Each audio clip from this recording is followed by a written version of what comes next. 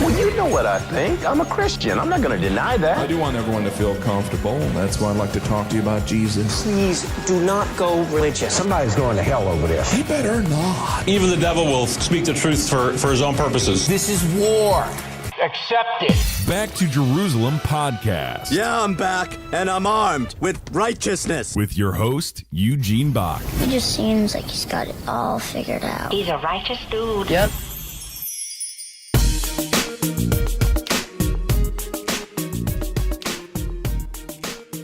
Hello and welcome to another Back to Jerusalem podcast. I'm Eugene Bach, your host for this time, and I'm coming to you live on delay from somewhere within the borders of China, where right now we actually have on the phone together with us a person that I'm pretty excited to introduce just because I've talked with him a couple of times already on the phone, and he has this amazing new application that you can put on your phone and kind of see what God is doing in your area. Gabriel, brother, are you there?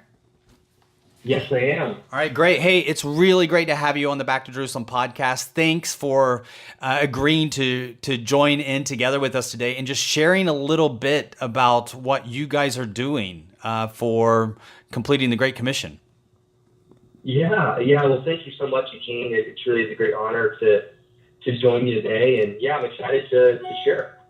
I had first heard about United Hive when I got a message from one of our staff members, and she was sharing with me about it. I looked into United Hive, not really knowing what to expect, and then I found it on the internet, and I kind of started to see that you did an interview with a good friend of ours, David Johannes, in Thailand, and I was able to watch a little bit more there.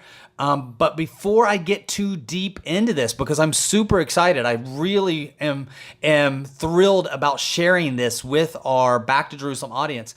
Can you just give a little bit of an introduction to who you are? What brings you into ministry? What brought you to Christ? Yeah, absolutely. Well, I would just say that, I was raised in a Christian home. My father was a pastor. And so I always felt, a great connection, really a closeness to the Lord. And of course, you go through those seasons of life that, things, sort of fade, or you go through the kind of typical rebellious season. But, I would say that it was early college where God really started to get a hold of my heart. And what was fascinating is God started to speak to me about business. And I started pursuing a business degree at the University of Oregon. And it was kind of during the season, in particular, junior year in college, that God really put this thing in my heart about funding the kingdom, about funding evangelism and funding mission work.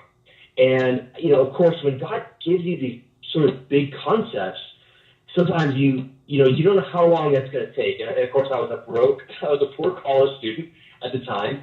And so you're like, okay, God, that's a great concept. It's a great vision. I'm all about it. But I'm broke, right? It didn't quite line up. But, after college, I got a job working in money management and working at a great firm here in the Portland, Oregon area. And I'm still at the firm. I've been there almost 10 years now and have really enjoyed my experience in the finance industry. But really, it was that seed that God put in my heart as a junior in college.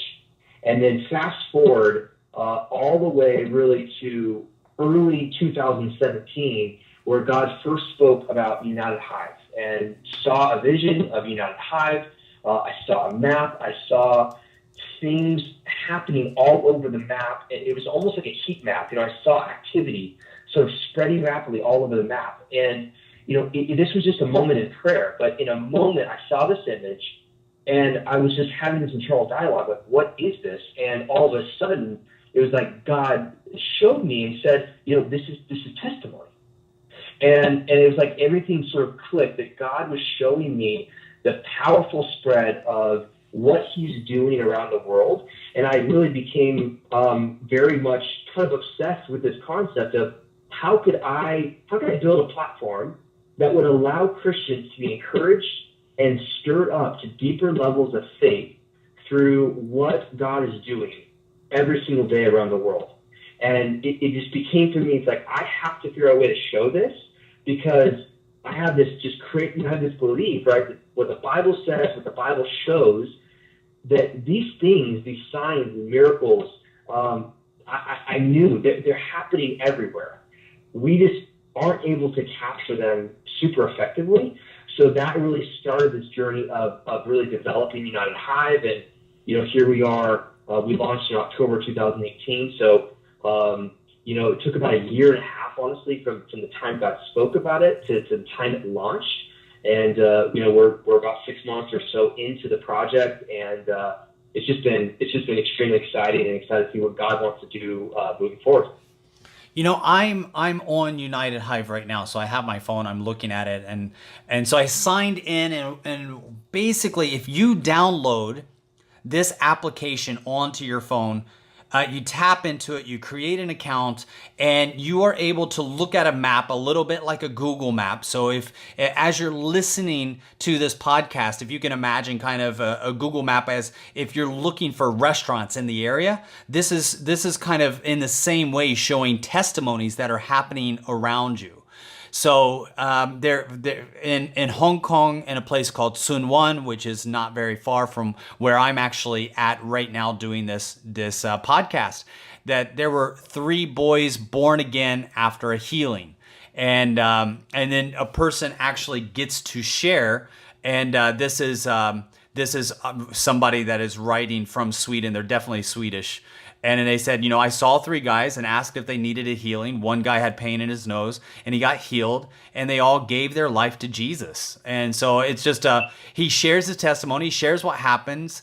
And you can see that happening right down the road from where you're at. And it just seems like a great way to be encouraged. Now, once people read these kind of testimonies, are they able to connect, have friends, follow? What is kind of some of the things that you can do on this application after being encouraged?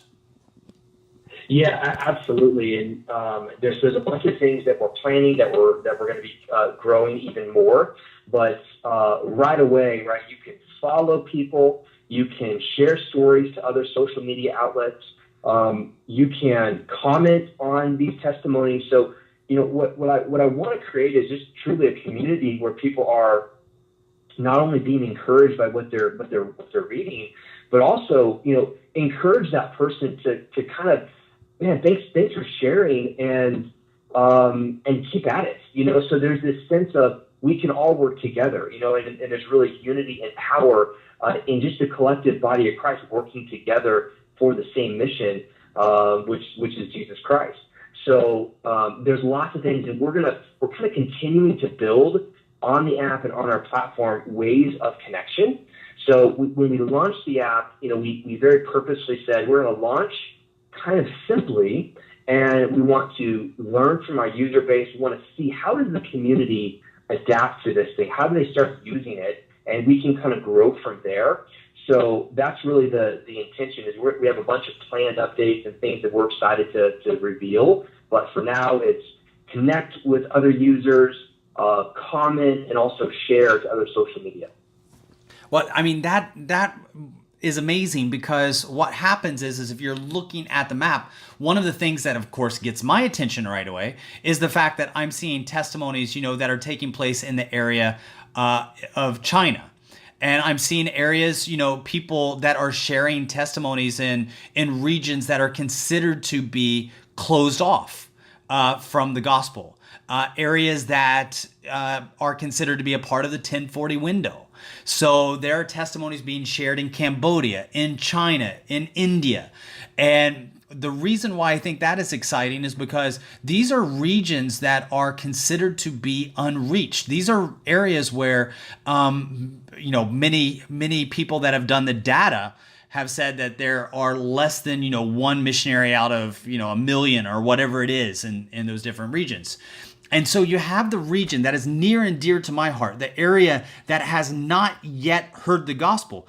And there are people that I know for a fact that are praying for these areas every single day. There are people that have a heart for Pakistan. And if they've been praying for Pakistan, they can actually use your app, go into Pakistan and see testimonies that have taken place in Pakistan. People that have been praying for the Middle East, people that have been praying for, different areas of even like Africa, like Uganda or Kenya. There are people that are using in those areas and are brave enough in places where they can be persecuted, brave enough to post testimonies and stories, and I think that it can be extremely encouraging for someone that is praying for these closed areas. Oh yeah, absolutely. And there's also just this sense in my mind of, there's a lot of organizations that send out missionaries all over the world, and what we wanted to create was a platform that could actually help that organization see in real time, like what is happening through the network of missionaries that we either support or that we train and we send out. And so teams from all different types of ministries, churches, evangelistic organizations, we want to create something that's very simple and really easy to use and allow that organization to say, hey, I have a team of 10 that just went into this country, and look what God did as a result of the money that was sown in, the training that was done, whatever happened. And so we want to really see this as a tool, and I'm excited, Eugene, just to see how it starts to be kind of adopted and used in even broader ways beyond just a single user that's, walking around at the grocery store and shares their faith. That's certainly what we want to capture, but we also want to capture those ministries and those teams that are doing incredible work around the world, but we've never really been able to truly capture it. So I'm excited to see how that develops as well. What I really appreciate about United Hive as well, and I hope people that are listening to this, and even you, Gabriel, I hope that it's not taken the wrong way, but I sometimes feel that the vision can be amazing, but the execution just crap. And what I really appreciate about United Hive is it doesn't look stupid. It doesn't look cheesy. There is a feeling that draws you in from the video that you put up, as well as I'm just looking at the graphics, both from your website as well as from the application itself, and the graphics. It's not something cheesy. I don't find it as it doesn't look like amateur hour. And so I really feel that you guys have done amazing on your execution. Thank you. Yeah, no, I actually, I appreciate you saying that, because for me, I think that's where my business, the business side of me, and launching into building an app, I'm not a tech guy myself. I could never build an app like this. But my mindset was, it's a mindset of excellence. And I believe that's biblical. And I think that, everything that we want to present, and, we're going to keep growing, right? There's a lot of things we can do to continue to improve. But for me, it's like we need to represent this movement very well. And I appreciate you saying that, because when people download it, we want there to be a very good first impression. And we want to keep people engaged on the platform and keep using it, because that's how, just holistically across the entire planet, that the body of Christ is really going to be, I think, through this platform at least, united and encouraged and stirred up. So if people don't like the app and they don't use it, it kind of defeats the purpose, right, of having it. So how things look and feel, down to the smallest detail, were really considered and kind of thought through. So I appreciate you sharing that. Yeah, I mean, there are times where, just amazing individuals, that you meet in church, or you meet on the mission field, or you meet in everyday life, that God has given a vision to. They start to execute it, and they put together a ministry, or they put together a plan, or they put together a website, they put together an application, and it's kind of like your grandmother just bought you a shirt for Christmas, and you're happy in front of her, but there's no way you would wear it in public, right? You feel that it just doesn't work. But this really has an amazing feel. Really quick, I'm curious. have you seen a flow that works for you in integrating United Hive with mainstream social media platforms, such as Twitter or Facebook or the social networks that most people are using today? Have you felt like a seamless kind of integration? Have you felt that there's been any challenges at all that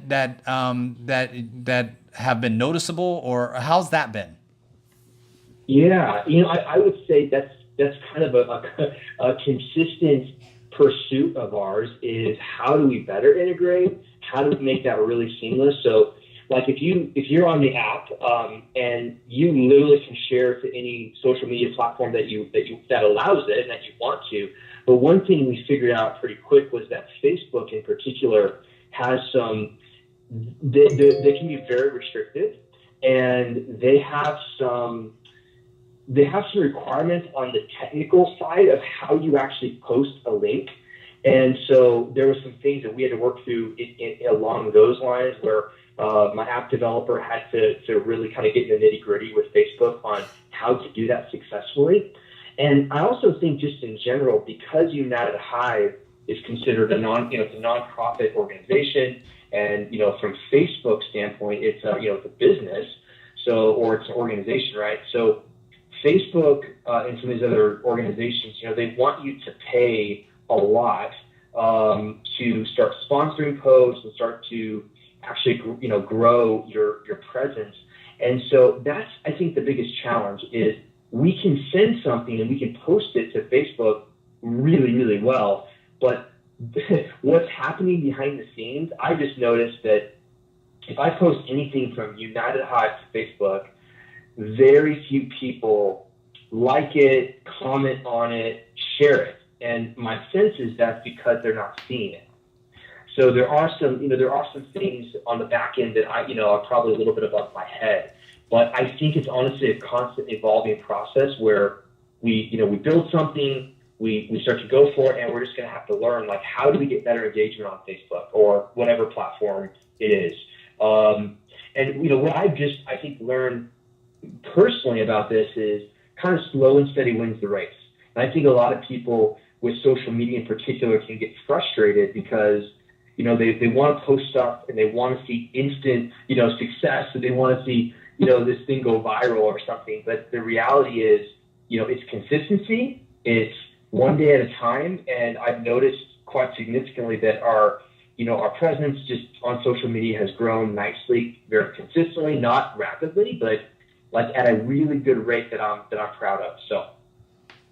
Yeah, one of the challenges that I think you and I were talking about, just a couple of days ago is as Facebook makes a shift, Instagram makes a shift, YouTube makes a shift, Apple, Google, these massive giants, as they make a shift that seems to be more secular, for me anyway, I feel that there's almost a certain level of aggressive tactics against nonprofits that have a Christian lean, definitely towards those that have a traditional Christian lean, where they are maybe not so much blocked, but there's a term that we say shadow banned, where you're actually being blocked but you don't know it. That if people want to see your post, people that have chosen to follow you, people that have actively gone on and said, I like what they say, please put their post at the top, they still would not see what you've posted unless they actually go to your page.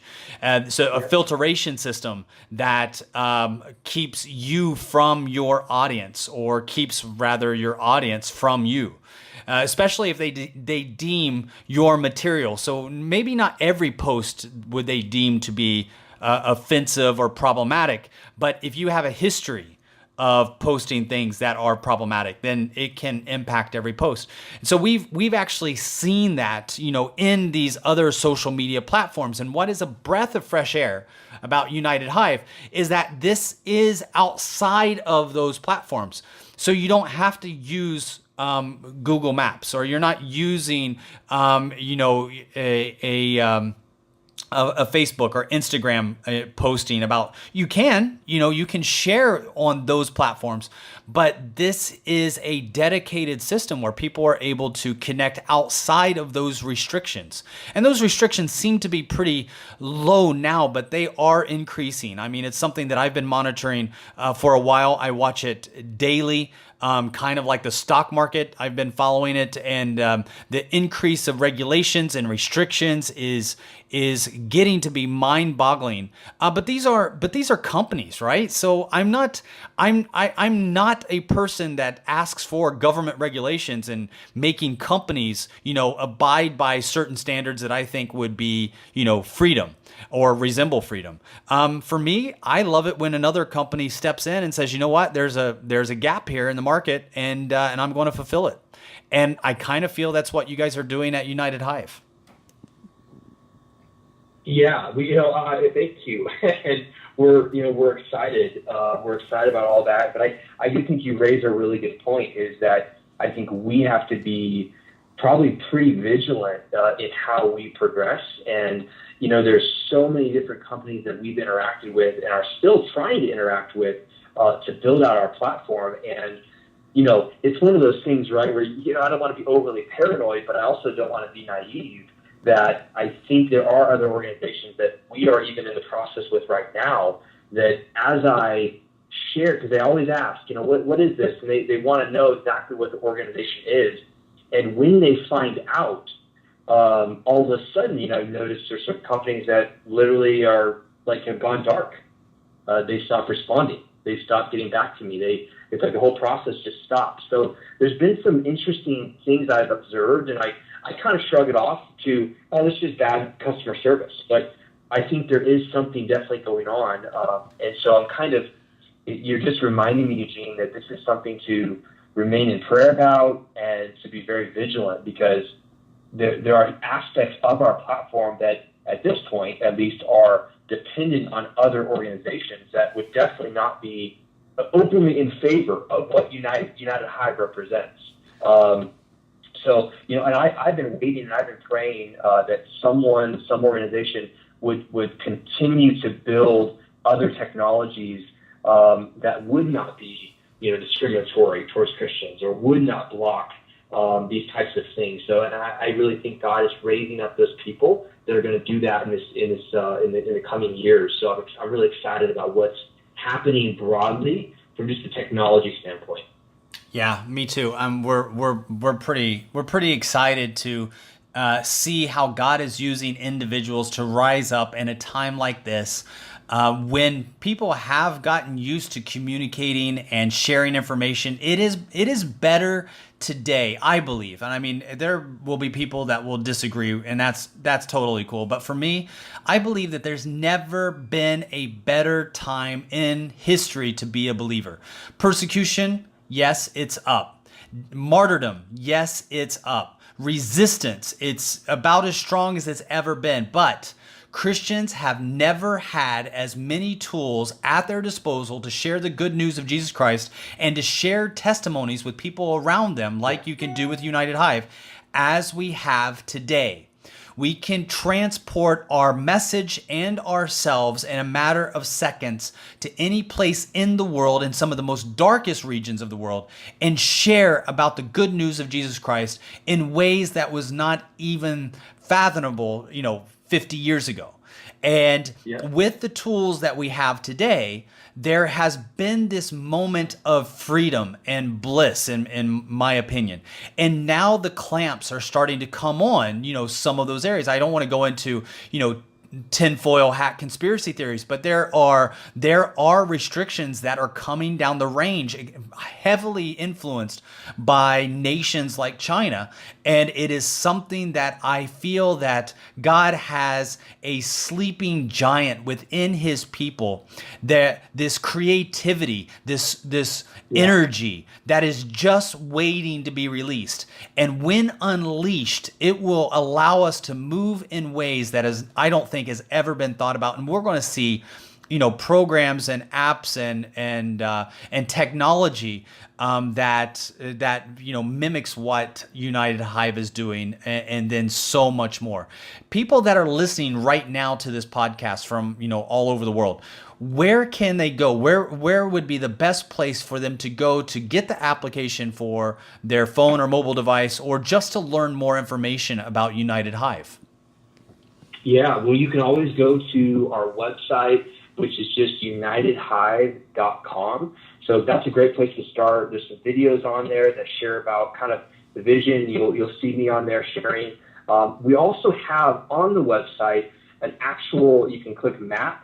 It's one of the pages, and that is a live map, just like you could use on the app, with live stories coming in from all over the world. You can function on the website just like you can on the app. So if if your cell phone, if you'd rather use a computer, you can do it from there. You can go to the Google Store, Google Play. You can go to the Apple Store to download for your Apple or Android. So it's available in all those places. The app is free. So, again, we just encourage anyone and everyone to go check it out, download it. To me, it's I wake up, I'm in the Word and I'm looking at testimonies, and it's totally changed, my view. It's totally it's actually created this massive tension, Eugene, where because you're kind of hyper aware of everything God's doing, it's kind of like, oh my gosh, like there's this thing inside of me that's like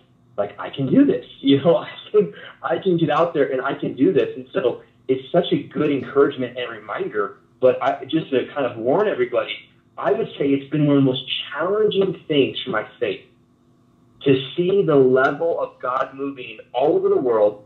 I can no longer make the excuse that, I don't know if God moves that way in the United States.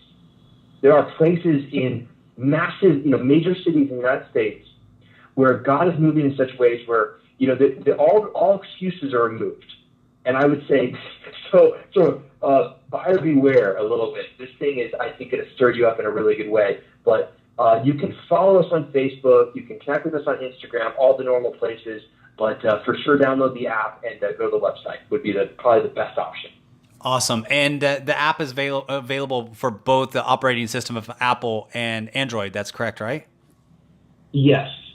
Okay, awesome. So thank you so much, Gabriel Jackson. If you want to know more about United Hive, you're curious, like he said, you can go to unitedhive.com, or you can check out the app on either your Android phone or your Apple phone. Thank you so much, brother, for joining us. I really appreciate it. Thank you so much, Eugene. It's great honor. And yeah, thanks for having me on, man. All right. Bless you. And thank you so much for joining us for another Back to Jerusalem podcast. Again, I'm Eugene Bach, your host for this time, coming to you live on delay from somewhere within the borders of China. God bless.